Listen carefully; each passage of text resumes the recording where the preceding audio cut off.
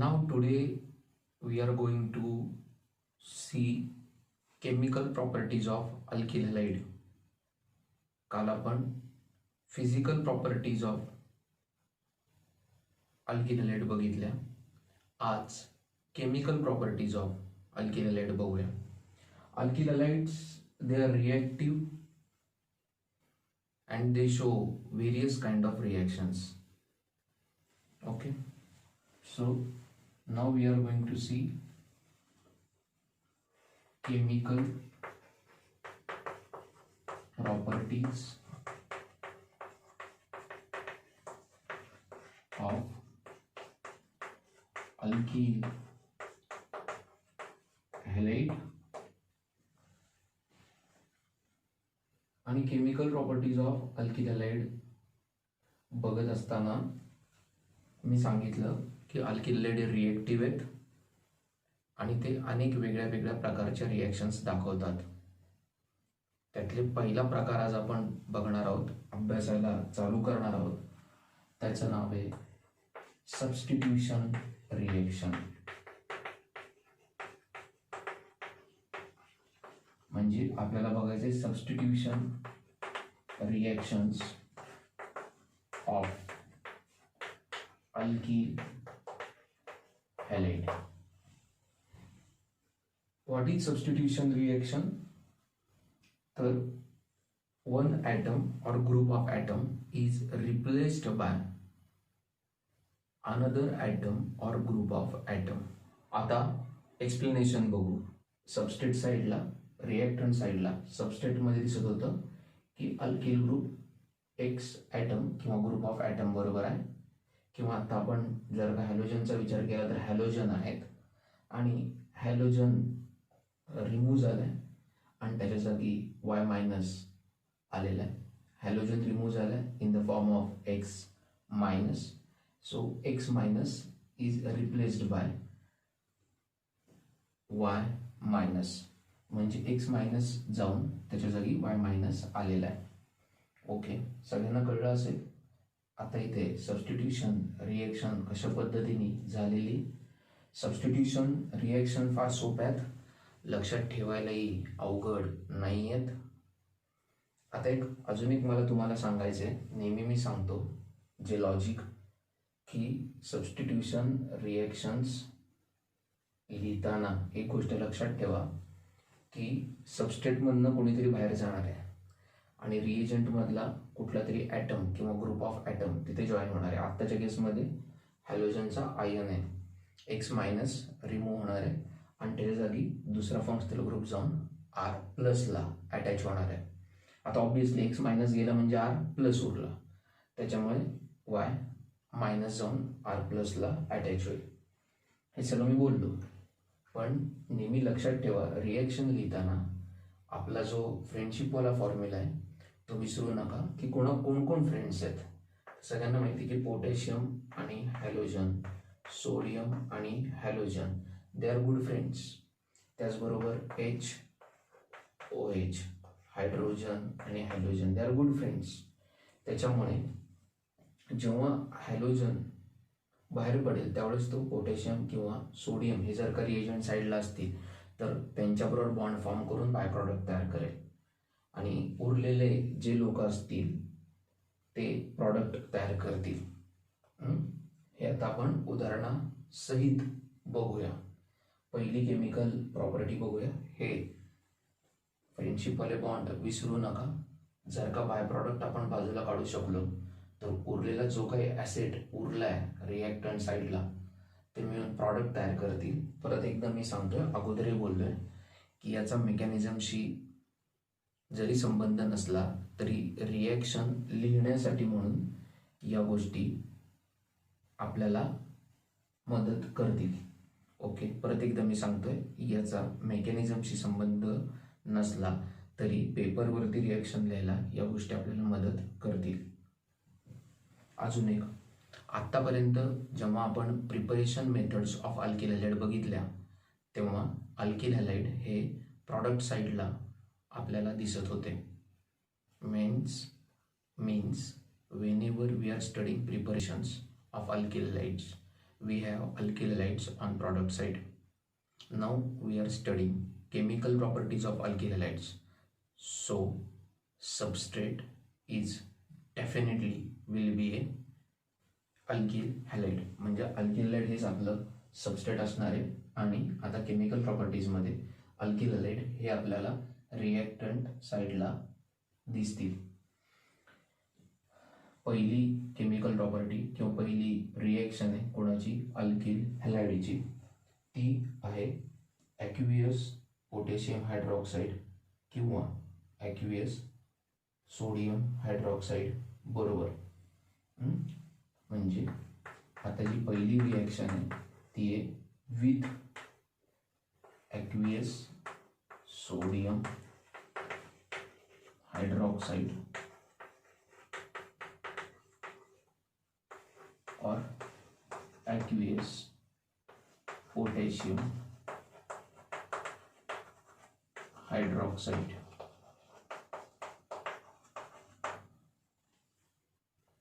किंवा आपण म्हणू शकतो aqueous अल्कली किंवा aqueous बेस. सोडियम हायड्रॉक्साईड किंवा पोटॅशियम हायड्रॉक्साईड हे स्ट्रॉंग बेस आहेत. काय ते स्ट्रॉंग बेस आहेत. काय ते स्ट्रॉंग बेस आहेत किंवा अल्कलीत असं आपण म्हणू.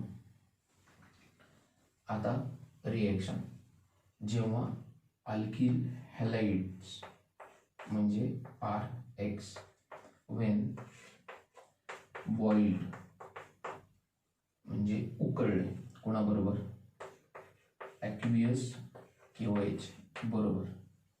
तर आता बघा मी आताच सांगितलं potassium and halogen they are good friends. त्यांना बाजूला काढा as they are good friends. They will come together and they will form by product. आता उरलंय काय R आणि OH. So here we get alcohol as the product. म्हणजे आपण म्हणू शकतो when alkyl halide is boiled with aqueous sodium hydroxide or potassium hydroxide or aqueous alkali, we get alcohol as the product. मग उदाहरण म्हणून आपण ethyl bromide घेऊ शकतो. आपण म्हणू शकतो CH3CH2Br plus KOH. boil we will get CH3CH2OH plus KBr. याचं नाव सगळ्यांना माहिती इथिल ब्रोमाइड किंवा ब्रोमो इथेन. आणि याचं नाव आहे इथिल अल्कोहोल किंवा इथेनॉल. अगोदर नावं आपण बघितलीत. माझ्या मते सगळ्यांना रिएक्शन कळलेली फार सोपी आहे. काय केलं बघा, halogen and potassium they will come together and they will form byproduct असं मी लिहिताना दाखवलंय. उरलेलं कोण आहे R आणि OH, they will come together and they will form product. I hope so सगळ्यांनी रिएक्शन कळले. It's very simple one. Okay, एकदा नोटिफाय करा. Very simple. परत एकदा स्टेटमेंट सांगतो. इथिल ब्रोमाइड रिएक्ट्स विथ और boiled with aqueous KOH gives ethyl alcohol or ethanol as the product. Okay, अजून एक मला तुम्हाला गोष्ट नमूद करायची आहे ती म्हणजे KOH ला कॉस्टिक पोटॅश त्याचबरोबर सोडियम हायड्रॉक्साईडला कॉस्टिक सोडा असं सुद्धा म्हणतात. म्हणजे पेपरला कन्फ्युजन नको. पोटॅशियम हायड्रॉक्साईडला कॉस्टिक पोटॅश आणि सोडियम हायड्रॉक्साईडला कॉस्टिक सोडा असे अल्टरनेटिव्ह नेम्स आहेत. आता substitution reactions of alkyl halide मध्ये आपण दुसरी रिएक्शन बघणार आहोत जिचं नाव आहे reaction with moist silver oxide. Reaction with moist silver oxide.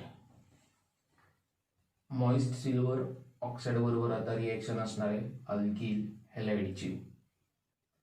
आता मॉइस्ट सिल्वर ऑक्साईड बरोबर म्हणजे moist silver oxide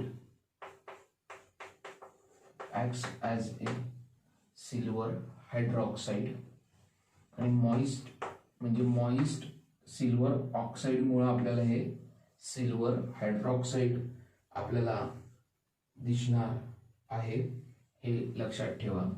okay, silver oxide Ag2O. Moist silver ऑक्साईडमुळे आपल्याला सिल्वर हायड्रॉक्साईड मिळणार आहे. ॲक्च्युली नुसतं सिल्वर हायड्रॉक्साईड एक्झिस्ट नाही आहे, त्यामुळे सिल्वर हायड्रॉक्साईड एक्झिस्ट नसल्यामुळे मॉइस्ट Ag2O आपण वापरणार आहोत, which acts as a silver hydroxide. म्हणजे silver oxide in presence of water acts as a silver hydroxide. सगळ्यांना कळलं असेल, रोल कळला असेल moist Ag2O. Moist Ag2O is a one kind of source of silver hydroxide. Okay, when it reacts with again alkyl halide, तुमच्या लक्षात येईल की Ag and silver and halogen, they are also good friends. So silver halide we will get, and remaining people they will form a bond, that is ROH. Again we will get what? Alcohol. It is one kind of hydrolysis. अगोदरचं पण एक hydrolysis होतं ज्याच्यामध्ये आपण alkyl हॅलाइडची reaction potassium hydroxide किंवा sodium hydroxide बरोबर केली होती. दोन वेगळी नावं पण मी सांगितलीत, कॉस्टिक पोटॅश किंवा कॉस्टिक सोडा यांच्याबरोबर आपण अल्किल हॅलाइडची रिएक्शन केली होती. That was also one kind of hydrolysis and this is also one kind of hydrolysis. Example कळलं असेल सगळ्यांना. एक्झाम्पल कन्सिडर करा. If we have ethyl iodide reacts with silver hydroxide and heat that mixture. म्हणजे actually आपण silver hydroxide घेणार आहे का moist Ag2O घेणार आहे, जरा प्रश्न विचारा स्वतःला. मी सांगितलं की हा एक्झिस्टच होणार नाही आहे. हे जे कंपोनंट घेतले आपण moist Ag2O, it will act as a silver hydroxide. म्हणजे मी म्हणेल moist Ag2O is a source of silver hydroxide that will react with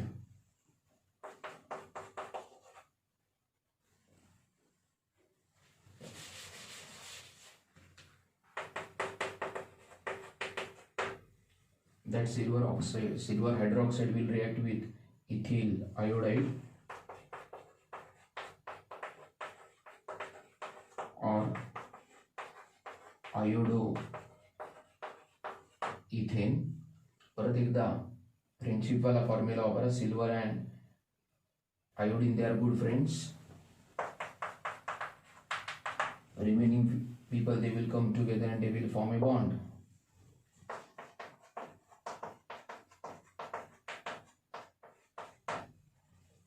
And we will get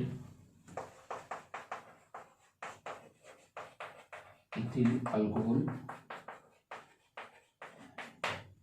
or ethanol.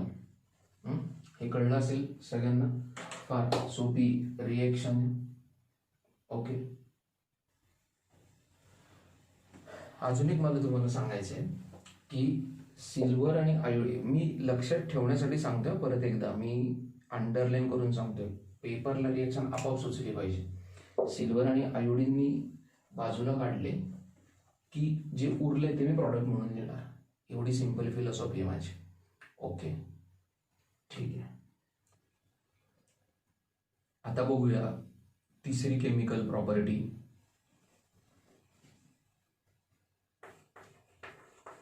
Reaction with potassium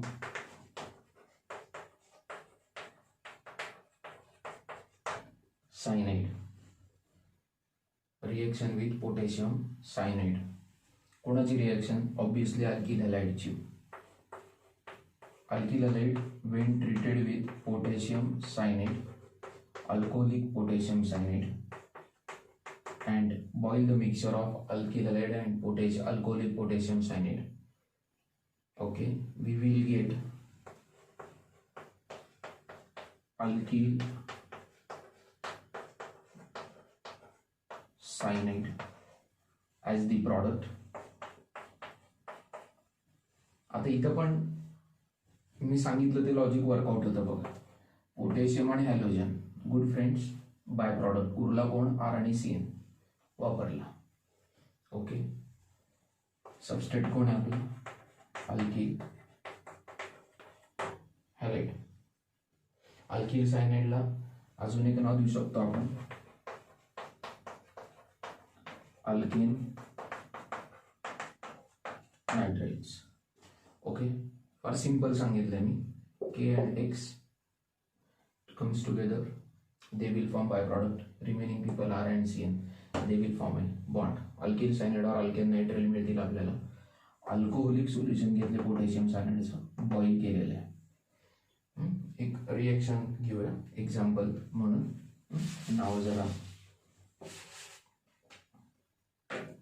काढून टाकतो. We will take methyl iodide plus potassium cyanide, alcoholic boil केलं, KI and we will get CH3CN. name of it is methyl cyanide. Okay, किंवा अजून एक नाव देता येईल त्याला एसिटोनायट्राइल.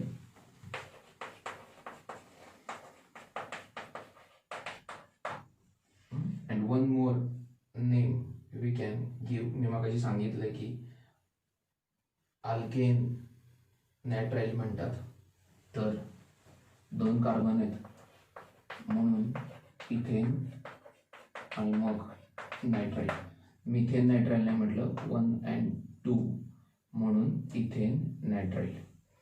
Okay, माझ्या मते सगळ्यांना ही प्रिपरेशन ऑफ अल्किल सायनाइड म्हणजेच chemical property of alkyl halide म्हणजेच reaction of alkyl halide with potassium cyanide कळले असेल.